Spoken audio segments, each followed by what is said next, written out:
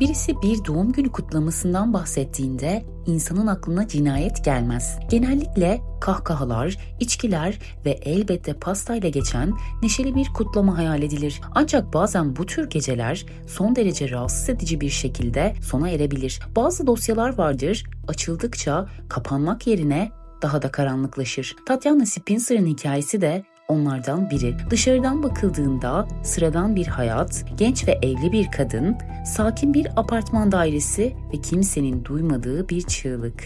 Tatiana'nın ölümü ilk başta bir kaza olarak kayıtlara geçti. Ancak soruşturma derinleştikçe ifadeler değişti, detaylar çelişti ve ne oldu sorusu yerini ne gizleniyor sorusuna bıraktı. Bu bir talihsizlik miydi yoksa kapalı kapılar ardında yaşananların son perdesi mi? Hazırsanız başlayalım.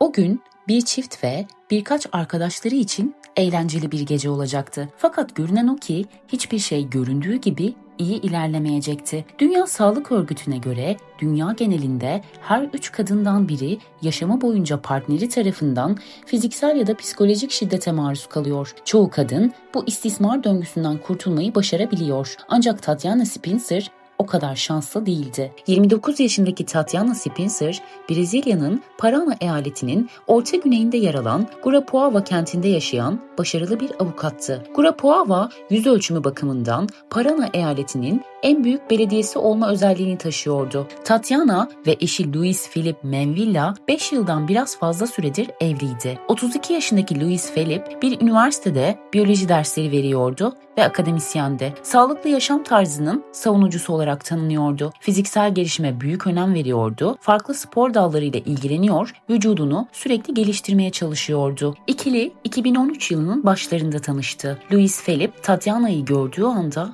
ona aşık olduğunu söyleyecekti. Aynı yılın Ağustos ayında güzel Tatiana'yı dışarı çıkmaya davet etti. Zamanla aralarındaki bağ güçlendi ve ilişkilerini bir adım ileri taşımaya karar verdiler. 15 Kasım'da Luis Felipe'in ifadesine göre Tatiana evlenme teklifine evet dedi ve çift nişanlandı. Dışarıdan bakıldığında ilişkileri kusursuz görünüyordu. Nişanları yalnızca 2 haftadan biraz fazla sürdü. 3 Aralık 2013'te Guarapuava'da evlendiler. Bu ikisi için de hayatlarının en mutlu günüydü. Luis Felipe evlilik yemininde eşini her koşulda koruyacağına söz verdi. Ancak bazı sözler söylendikleri gün kadar güçlü kalmaz. Trajedi Luis Felipe'in doğum gününde yaşandı. Kutlama, neşe ve kahkaha dolu olması gereken bir günde.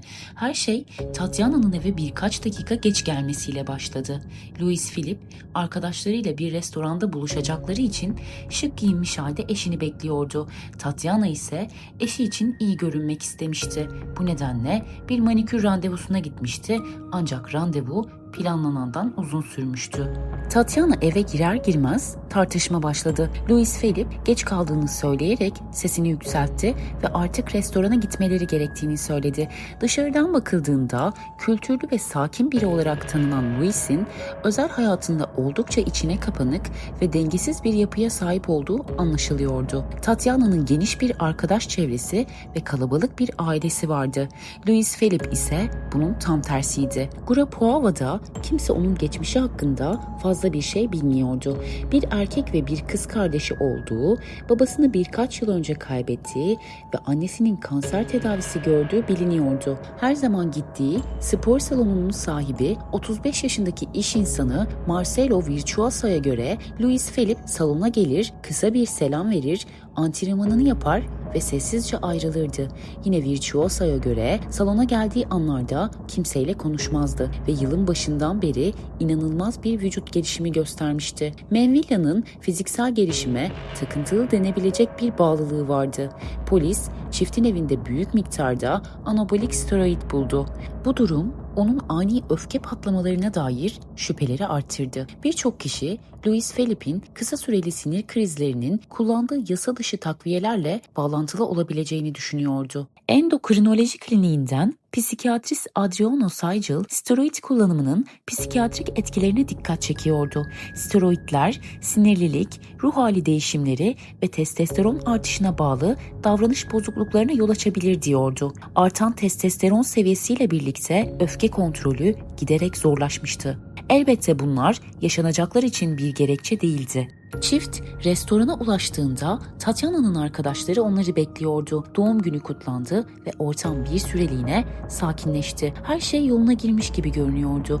Louis Philippe'in ifadesine göre o gece ikisi de alkol aldı ve bir miktar sarhoş oldular. Ancak bazı raporlar Tatyana'nın eşinin Instagram üzerinden başka bir kadınla yazıştığını fark etmesi üzerine ikinci bir tartışma çıktığını öne sürüyor. Louis Philippe ise savunmasında doğum günüyle ilgili bir hikaye paylaştığını ve farklı kadınlardan gelen mesajların bu yüzden olduğunu söyledi. Eşini kıskançlıkla suçladı. Ancak her hikayenin iki yüzü vardır. Tatyana'nın en yakın arkadaşlarından biri olan 35 yaşındaki Juliana Santos kamuoyuna çıkarak farklı bir tablo çizdi. Santos'a göre kıskanç olan taraf Louis Philippe'ti ve bu kıskançlık zaman zaman fiziksel şiddete dönüşüyordu. Juliana, Tatyana'nın kendisine anlattıklarını şöyle aktardı. Tati, kişisel konularda çok ketumdu ama bana açıldı. Louis Philippe hakkında ilk kez şikayet ettiğinde kıskançlığının onu ciddi şekilde rahatsız ettiğini söyledi. Juliana bu ifadeleri trajediden sonra polise de verdi. Louis Philippe'in kıskançlığının belirgin şekilde arttığı dönemde çift Almanya'da yaşıyordu. Louis Philippe burada lisansüstü eğitim alıyordu. Onu eşine karşı bu kadar sahiplenici yapan şey tam olarak bilinmiyordu. Ancak bir gerçek vardı. Fiziksel mesafe ilişkilerindeki çatlakları derinleştirmeye başlamıştı. Tatyana bu süreçte arkadaşlarından uzaklaşmıştı. Görüşmeler seyrekleşmiş, bağlar zayıflamıştı. Çift Guarapuava'ya döndükten sonra ise Tatyana yeniden iletişim kurmaya başladı. Juliana bunu şöyle anlattı. Kasım ayında beni aradı. Doğum günümü kutladı ve hemen kahve içmek istediğini söyledi. Bu görüşmelerde şikayetlerin tonu daha da ağırlaşmıştı. Tatyana o kadar korktuğunu söyledi ki boşanmayı bile düşünmeye başlamıştı. Ancak sürecin getireceği bürokratik yük onu şimdilik bu karardan alıkoymuştu. Juliana tüm bunları polise anlattı. 8 Mart Dünya Kadınlar Günü'nde Tatyana ve Juliana spor salonunda buluştu ve birlikte kahve içmek için sözleşti. Juliana'ya göre durum artık tehlikeli bir noktaya gelmişti. Louis Philippe'in ona çok kötü davrandığını, başkalarının önünde onu küçük düşürdüğünü, sürekli onunla çeliştiğini ve hatta ondan nefret ettiğini söylemişti. Guarapuava'da konuşulan herkes, Tatyana'ya yakın olan ya da olmayanlar Tatyana'yı aynı şekilde tanımlıyordu. İçinde kötülük olmayan, insanlara kolayca güvenen, her şeyi iyi görmeye çalışan biri olarak. Ne kadar akıl dışı bir hikaye anlatılırsa anlatılsın, inanırdı. Tatyana neşeliydi. Partileri, seyahat etmeyi ve arkadaşlarıyla vakit geçirmeyi severdi. Bu yüzden her şeyin yaşandığı gün ona en yakın olanlar bir konuda kesindi. Bu bir intihar değildi. Peki Tatyana ve Louis Philippe arasında tam olarak ne yaşanmıştı? Şimdi vakaya daha yakından bakalım. Partiden sonra gece yeniden bir tartışmaya dönüştü. Çift, Guarapuava şehir merkezindeki Golden Gate binasına doğru yola çıktı. Daireleri oradaydı. Şehir merkezindeki güvenlik kameraları yaşananların tamamını kaydetmişti. Görüntüler binanın önüne yanaşan bir araçta başlıyor ve ardından üniversite profesörünün uyguladığı şiddet açıkça görülüyor. Kameralarda Louis Philippe'in eşinin yüzüne defalarca tokat attığı anlar yer alıyor. Üstelik bu saldırı araçtan bile inmeden başlıyor. Tatyana çaresizce kendini savunmaya çalışıyor. Ancak 29 yaşındaki avukat için kocasının uyguladığı güç fazlasıyla ağır ve bu henüz bitmiyor. Araçtan indikten sonra şiddet devam ediyor.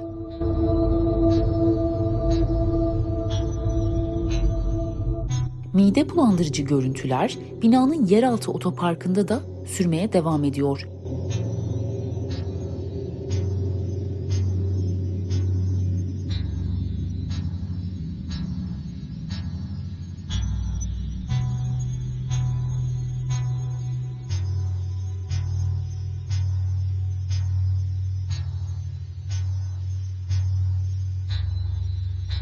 Louis Philippe hiç durmadan Tatyana'yı darp ediyor. Onun her savunma girişimini bastırıyor.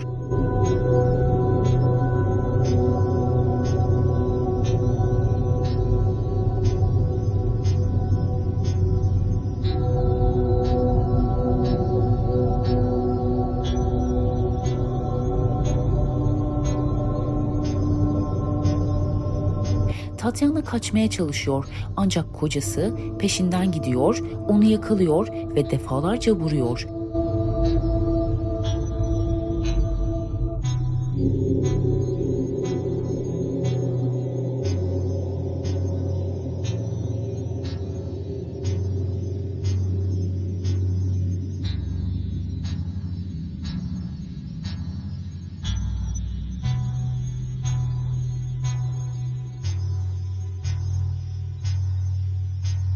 Adam hiç acımadan onu dövüyor ve kendini savunma girişimlerinin hepsini bastırıyor. Tatyana otoparktan kaçmaya çalışıyor ama adam onu kovalıyor ve yakalayıp tekrar vuruyor. Sonunda bir şekilde kurtulmayı başarıyor ve asansöre doğru koşuyor. Güvenlik kamerası görüntülerinde hayatı için koşan çaresiz bir Tatyana görülüyor. Ancak eşi onu bir kez daha kovalıyor. Kadın asansöre ilk giren oluyor ve kapı kapandığında güvende olmak için çılgınca düğmeye basıyor. Ancak ne yazık ki bu gerçekleşemiyor. Louis Philippe asansör kapısının kapanma mekanizmasını aşarak içeri girmeyi başarıyor. Tatyana hayatından endişeli bir şekilde asansörün köşesine sıkıştırılıyor. Kapılar kapandıktan sonra asansör yukarı çıkmaya başladı ve kocası sakinleşmiş gibi görünüyordu. Ta ki kapılar tekrar açılana kadar.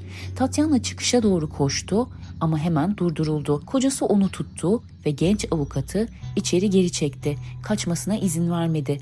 Şok edici görüntüler Tatyana'nın hayatta kalmak için ne kadar çabaladığını gösteriyor. Ancak steroid kullanan güçlü bir adamın kuvveti onun çabasına ağır bastı. Onu metal duvarlara savurdu, başını vurdu ve yere düşmesine neden oldu. Bunlar Tatyana'nın son anlarıydı.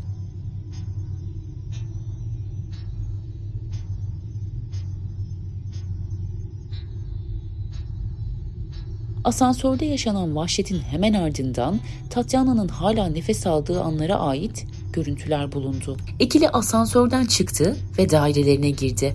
Orada tam olarak ne yaşandığı net değil ama sonuç korkunçtu. Asansörden ayrılmalarından itibaren yaklaşık 15 dakika geçtiği görülüyordu. Kapalı kapılar ardında yaşanan vahşeti kamera görüntülerine yansıyan karelerden hayal edebiliriz. Binanın girişinin hemen önündeki dış güvenlik kameralarından alınan başka bir görüntü kaldırımın üzerine bir bedenin düştüğünü gösteriyor. Görüntüler o kadar vahşi ki bulanıklaştırılmış durumda. Ama asıl şok edici olan henüz yaşanmamıştı. Ne yapacağını bilemeyen ve yaptıklarının sonuçlarından korkan Louis Philippe dairesinden çıkıyor. Aşağı iniyor, binadan çıkıp kaldırımdaki cesedi alarak tekrar içeri taşıyor. Bu korkunç sahneyi kimsenin görmediğini umuyordu. Sonraki görüntülerde katilin Tatyana'nın bedenini asansöre taşıdığını ve onu yere bıraktığını görüyoruz. Ardından pişmanlık ve şok ifade eden bir ifadeyle başını iki elinin arasına aldığı görülüyor. Ancak tüm bunlar elbette kameralar olduğu için yapılmıştı. Kendi katına ulaştığında Louis Philippe bedeni asansörden çıkarıyor. Ardından bir bezle geri dönüp duvarlardan ve zeminden kan olduğu düşünülen izleri silmeye başlıyor. Tüm bunları bu kadar rahat bir şekilde yapabilmesi görüntüleri daha da sarsıcı hale getiriyor.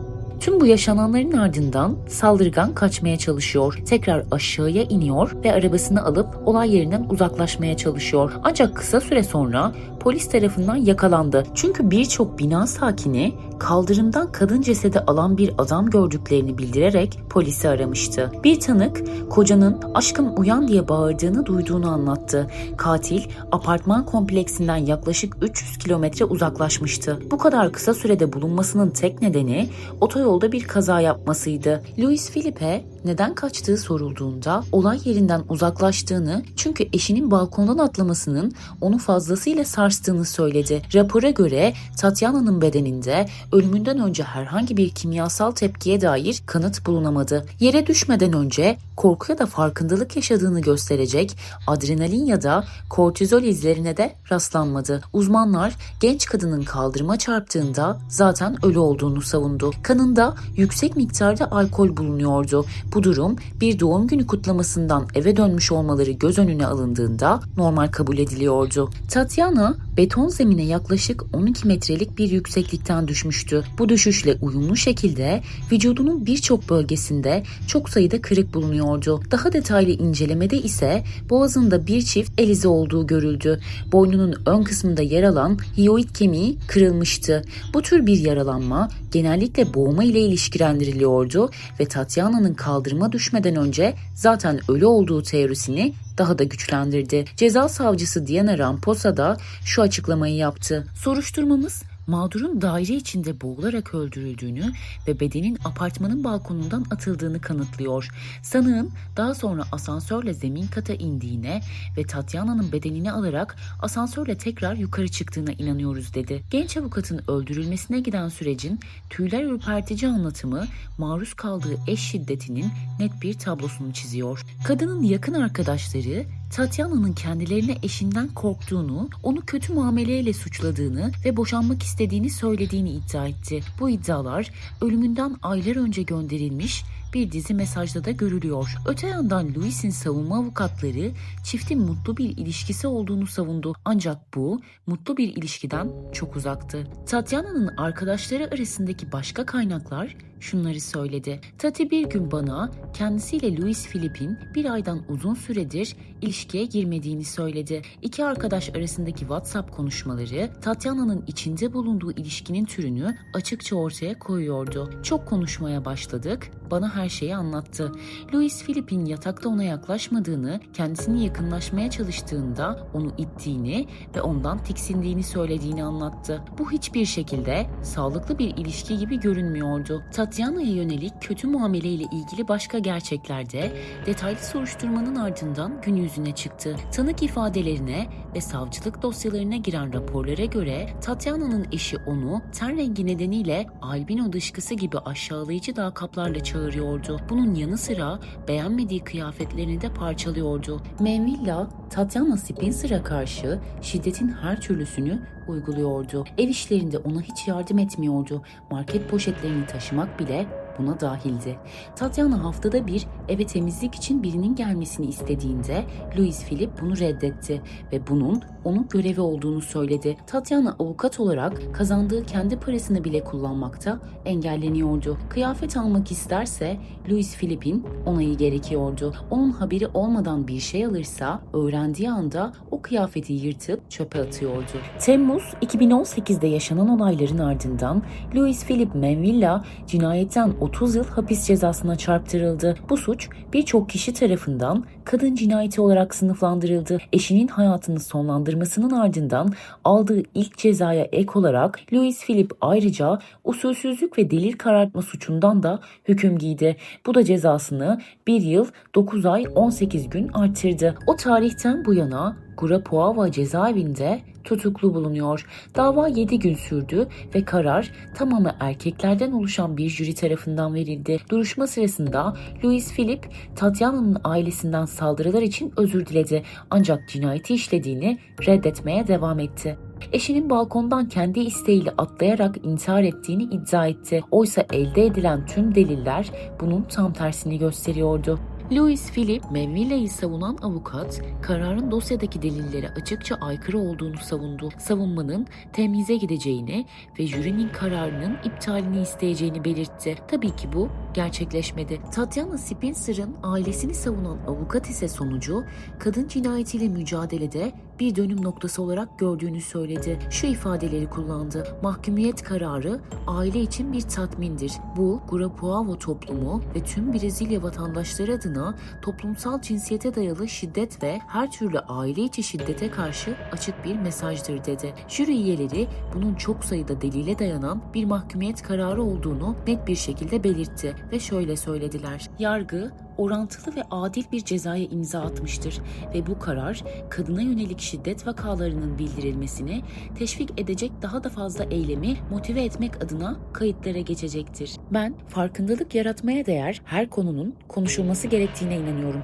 Bu yüzden Tatyana'nın anısına durumun ne kadar ciddi olduğunu ortaya koyan bazı veriler ve bunu durdurmak için neler yapabileceğimize dair bazı tavsiyeler vermek istiyorum. Kadınlara yönelik şiddetin büyük çoğunluğu mevcut ya da eski eşler veya yakın partnerler tarafından uygulanmaktadır. Tatyana, eşinin kendisine nasıl davrandığını arkadaşlarına anlatmıştı. Hepsi dinledi ama gerçekte neler yaşandığını tam olarak anlayamadılar. Tatyana'nın yardım çığlığı onu en çok önemseyen insanlar tarafından bile görmezden gelindi. Eğer Louis Philippe'e karşı bir duruş sergileselerdi ve daha yetkili bir merciden yardım isteselerdi, belki de Tatyana bugün hala hayatta olabilirdi. Şunu unutmamalıyız ki Tatyana hayatını kurtarmak için elinden gelen her şeyi yaptı ama bu yeterli olmadı. Yardıma ihtiyacı vardı ve dünya genelinde pek çok kadın da aynı durumda. Soru sormaktan korkmayın, sesinizi yükseltmekten korkmayın. Yaşadığımız bu kötü dünyada pozitif bir mesaj yayma ve yardıma ihtiyacı olan birine destek olma şansınız varsa neden yapmayasınız? Eğer siz ya da tanıdığınız biri benzer bir durumdan geçtiyse aşağıya yorum bırakın. Farkındalığı olabildiğince yayalım ve konuşmaktan korkmayalım. Hepimiz birbirimiz için buradayız. Tatyana Spencer'ın hikayesi tek bir ölümden ibaret değil. Bu dosya görmezden gelinen işaretlerin, zamanında sorulmayan soruların ve geç kalınmış fark edilişlerin hikayesi. Bir karar verildi, bir rapor yazıldı ve herkes hayatına devam etti. Ama bazı gerçekler vardır, üzerine ne kadar son yazılsa da susmaz. Tatyana artık konuşamıyor ama geride bıraktığı izler hala orada. Bu dosya kapandı denebilir ama vicdanlar için henüz değil. Sonuna kadar izlediğiniz için teşekkürler. Gelecek bölümde görüşmek üzere, hoşça kalın.